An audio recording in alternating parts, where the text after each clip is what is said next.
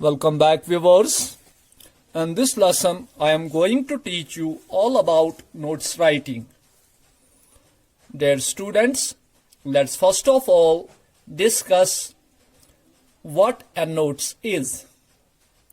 Notes are a means of formal communication targeted at a particular person or group of persons. It's like a news item informing such person or persons of some important event.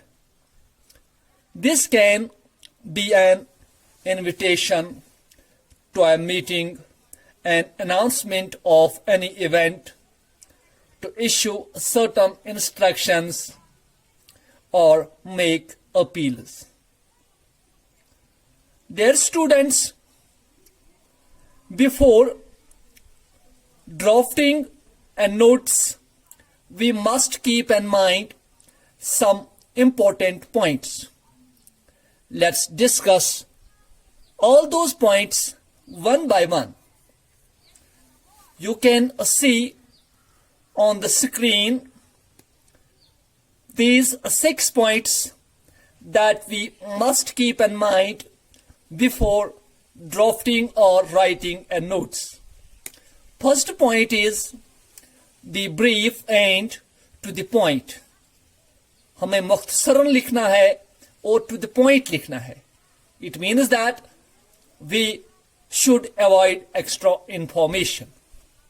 The ideal length of a notes is 50 words. So, precise language is appreciated. तो हमारे पास एक limit दिया हुआ है कि notice जो हमारी हो ये 50 वर्ड से ज्यादा नहीं हो. तो हमें मुख्तसरन लिखना है, टू द पॉइंट लिखना है, और जो लैंग्वेज मुख्तसरन हो, जिसमें इंफॉर्मेशन ज्यादा हो, वर्ड्स कम हो, ऐसी लैंग्वेज का हमें इस्तेमाल करना है. Point number 2 is use formal language, no flowery text. We must use formal language because notices are already formal documents. Number 3, use simple words with short sentences. हमें नोट्स को सिंपल सादा सादा अल्फाज में लिखना है और जो हमारे जुमले हैं वो भी छोटे छोटे होने चाहिए.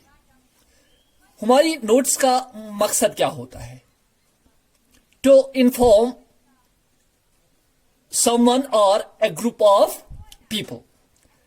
तो जाहिर सी बात है कि सारे लोग हाई क्वालिफाइड नहीं हो सकते. तो ये जो इंफॉर्मेशन है ये सब के लिए होती है. तो जो सब के लिए होती है तो उसमें से कुछ लोग कम पढ़े लिखे लोग होते ही, तो उनके लिए भी ये आसान होना चाहिए. That's why we should use simple words with short sentences. Number 4, use passive voice as far as possible. एक होती है एक्टिव वॉइस, दूसरी होती है पैसिव वॉइस. तो नोट्स राइटिंग में हमें ज्यादा पैसिव वॉइस का इस्तेमाल करना चाहिए. जहां तक हो सके पैसिव वॉइस का इस्तेमाल करना चाहिए. Number 5, presentation should be neat and appealing to the eye. जो हमारी प्रेजेंटेशन होती है, यानी कि जिस तरह से हम नोट्स को प्रेजेंट करें, पेश करें उन लोगों के लिए जिनके लिए ये इंफॉर्मेशन है, तो it should be neat and clean and appealing to the eye. ये बिल्कुल साफ होनी चाहिए, इसमें हैंड राइटिंग भी अच्छी होनी चाहिए, इसमें जो लाइनें हमारी हैं वो भी अच्छी होनी चाहिए, बराबर होनी चाहिए, और ये एक ऐसी नोट्स, एक ऐसा डॉक्यूमेंट होना चाहिए जो आंखों को अट्रैक्ट करे. Number 6 is put the notes in a box. हमें क्या करना है? हमें नोट्स को एक बॉक्स में रखना है. Now let's discuss 5 W's. What do you mean by 5 W's? You will encounter these 5 W's if you draft a notice. Let's discuss these 5 W's one by one. These 5 W's are what, where, when, who, whom. These are 5 W's. What means what is the notes about? यानी कि जो notes आप draft कर रहे हो, लिख रहे हो, ये किस चीज के मुतालिक है? कोई इवेंट है, कोई स्कूल खोला है, कोई इंफॉर्मेशन है, what ever it is what is the notes about? यानी कि नोट्स किस चीज के मुतालिक है? Second W is where. Where means location of the event, venue of the event. अगर ये मैच है तो कहां पे है, अगर ये एक सेमिनार है तो कहां पे है, अगर ये एक डिबेट है तो कहां पे है, अगर आपने एक रेडीमेड गवर्नमेंट खोला है वहां उसके लिए आपकी नोट्स है तो कहां है ये? ठीक है ना? Number 3, when means time and date of the event. यानी कि जो इवेंट है, जो प्रोग्राम है, जो कोई पार्टी है, कोई सेमिनार है, जो कुछ भी है, ये किस वक्त और किस डेट को है? मिसाल के तौर पर अगर आपने नोट्स लिखी किसी बर्थडे पार्टी के बारे में, तो आप डेट और टाइम लिखना भूल गए, तो लोग किस टाइम को आएंगे और किस डेट को आएंगे? Fourth W is who. Who means this will be the person the notes is addressed to. ये वो पर्सन है जिसको आप नोट्स, जिसके लिए आप नोट्स ड्राफ्ट कर रहे हो या लिखते हो. Number 5, whom. Who means the person whom to contact or get in touch with. ये वो पर्सन होता है जिस पर्सन के साथ आपको कांटेक्ट करने के लिए कहा गया है. फॉर एग्जाम्पल, अगर स्कूल में आपको एग्जामिनेशन फॉर्म्स भरने ही, अगर ये स्कूल के मिसाल के तौर पर अगर स्कूल के ऑफिस में से किसी शख्स ने आपको नोट्स लिखी, तो वो आपको जरूर उसमें लिखेगा कि where you have to submit your fee and form. ठीक है ना?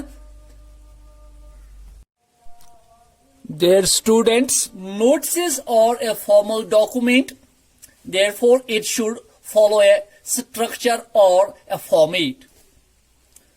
There are different formats used by different people, organizations, but it is ideal to follow a somewhat similar format for ease of understanding and uniformity.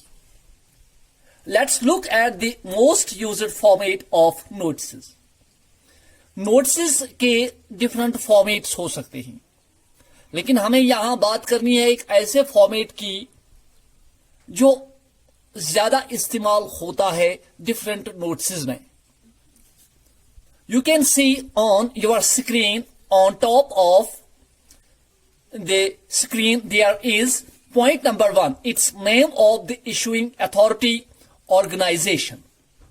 For example, if you are the head boy or head girl of your school and you have been asked to draft a notice informing the students to submit their examination forms, you have to write the name of your school. For example, Government Higher Secondary School, Kopwara. You can write any name on top of the notes. It should be the name of the issuing authority or organization. अगर आप एक bank की तरफ से एक notes लिख रहे हो, you have to mention the name of your bank. अगर आप किसी NGO या किसी और ऑर्गेनाइजेशन की तरफ से एक नोट्स लिख रहे हो, तो you have to mention, you have to write the name of that NGO or that organization. Second point here is notice. You have to write the words the word NOTIC, notice. It should be in italics or it should be in bold letters. It should be attractive. It should be appealing to eye. ये बहुत ही attractive होना चाहिए, क्योंकि पहले ही हमने कहा है आपको कि notice should be appealing to eye. ये गैस अट्रैक्ट करने वाली आसिन, ये ऐसी होनी चाहिए कि जो लोगों को अट्रैक्ट करे, क्योंकि जब ये अट्रैक्ट लोगों को करे तो लोग उसे देखने आएंगे और वहां पे पढ़ेंगे और उनको इंफॉर्मेशन मिलेगी. Point number 3 is its date. You have to write the date on which you are writing the notes. Here is date. कुछ हजरात नोट्स लिखने में डेट राइट हैंड साइड की तरफ लिखते हैं. दैट्स ऑल्सो करेक्ट, वो भी ठीक है. तो लेफ्ट साइड में ज्यादा जो नोट्स हैं, ज्यादा जो फॉर्मेट्स हैं, उनमें नोट्स लेफ्ट साइड की तरफ डेट है. आफ्टर दैट आपको कोशिश करनी है सेंटर में आपको हेडिंग लिखनी है. What do you mean by heading? Heading का क्या मतलब है कि जो इवेंट है, जो प्रोग्राम है या जो कोई पार्टी है, उसी के मुताबिक आपको ये हेडिंग देनी है, हेडलाइन देनी है. For example, if you want to sell your previous class books, you can write here sell a books और सेला बुक्स एट 30% डिस्काउंट. या अगर आपको स्कूल में कहा गया है कि आप एक नोट्स ड्राफ्ट करो और बच्चों से कहो कि एग्जामिनेशन फॉर्म सबमिट करो, you can write the heading as submission of examination forms. ऐसे. After that there is point number 5. Point number 5 is it's the body of the notes. ये नोट्स की बॉडी है, यानी कि जो भी इंफॉर्मेशन देनी है आपको इसमें देनी है. आपको इसमें डेट, टाइम और वेन्यू का खास ख्याल रखना है.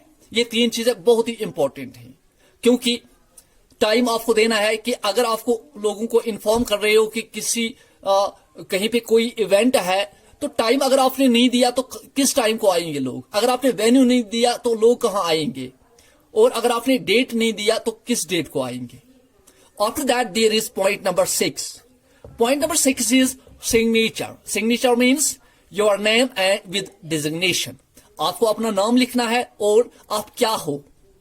आप क्या हो, फॉर एग्जाम्पल, और यू हेड बॉय, और यू क्लर्क, और यू प्रिंसिपल, और any other person.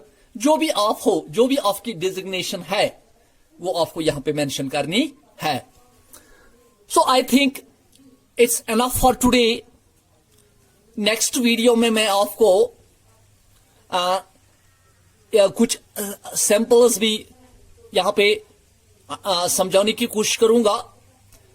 So stay connected. Bye.